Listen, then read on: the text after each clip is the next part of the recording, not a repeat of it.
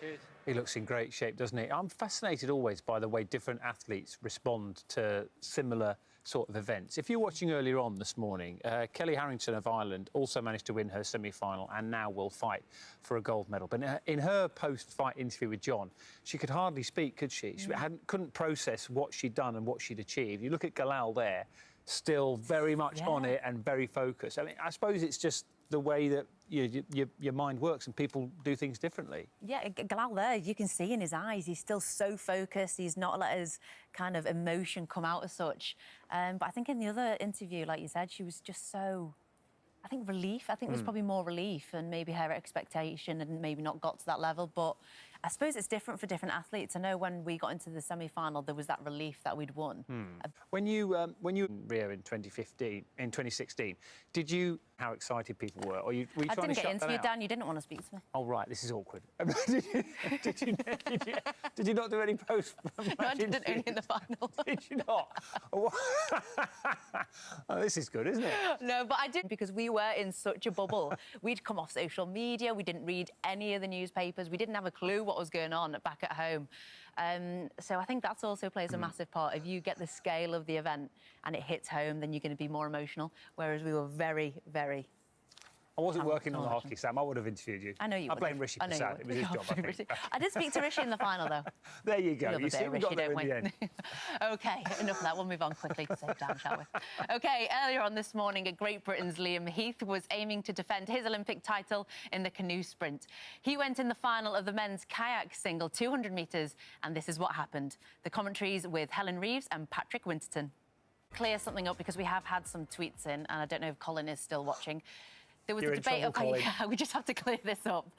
There's a debate of basically of how heavy a shot it is. I originally said 7, rounded it up. Colin corrected you live on air and said, no, Sam, it's 7.25 Then kilograms. said that he should be the new Question of Sport captain because he got it right. Well, actually, Colin, the real weight is 7.26 kilograms. So, and also the women's, just to add an extra bit of information, is 4 kilograms. In old money, it used to be £16, didn't it? Which is 7.26 kilograms. So, Colin, we want you back on the studio for a full apology.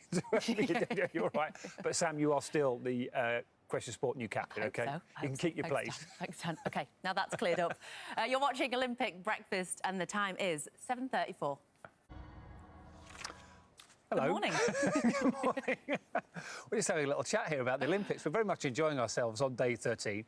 Welcome back. You're watching Olympic Breakfast with Dan and Sam. Here on BBC One, we're going to turn our attention to the cycling. Just to remind you, if you've just switched on just after 7:30, that for our viewers at home as well, we're going to turn our attention to the on the track at the moment. So the other cycling races might be slightly delayed.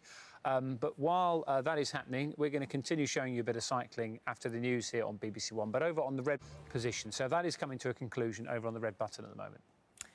But now it's time for the news with Naga. Good morning. You're watching Olympic Breakfast with Sam and Dan. And there's been plenty going on this morning, so we're going to share with you the... And we spoke to Sky Brown about an hour ago, and she said she's going to do the skateboarding and the surfing, potentially, in Paris together in 2024. I would love to see that. I hope she does.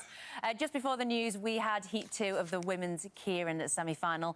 And in Heat 1, Great Britain's Katie Marchant crashed out, unfortunately, and we do have news that Van Riesen, who was also involved in that crash, is up. We're not sure of her injuries, but she is up, which is good news. Good news, yeah. Very, very good news. We're going to head back to the track now with Chris and Simon for Heat 2. And Lois Tolson finished down in 9th. But China, another 1-2 in the diving. And don't forget, Tom Daly's going in the 10-metre platform for the men's, and that is qualifying tomorrow, and then the final is on Saturday morning. But China continue to dominate the diving. Olympians are getting younger and younger, aren't they? You're watching Olympic Breakfast, and the time is 8:31. Good morning. You're watching Olympic Breakfast with Dan and Sam, and we're joined by Dan. Katarina Johnson-Thompson has just released a statement. Yeah, we saw her pull out of the heptathlon yesterday. She had all sorts of that. So those second races about 9:25 and then at 9:50. And if you're watching at home today and you're thinking, I could have a go at that, just have this in your mind. If you ever go down the gym, get on one of those stationary bikes, because you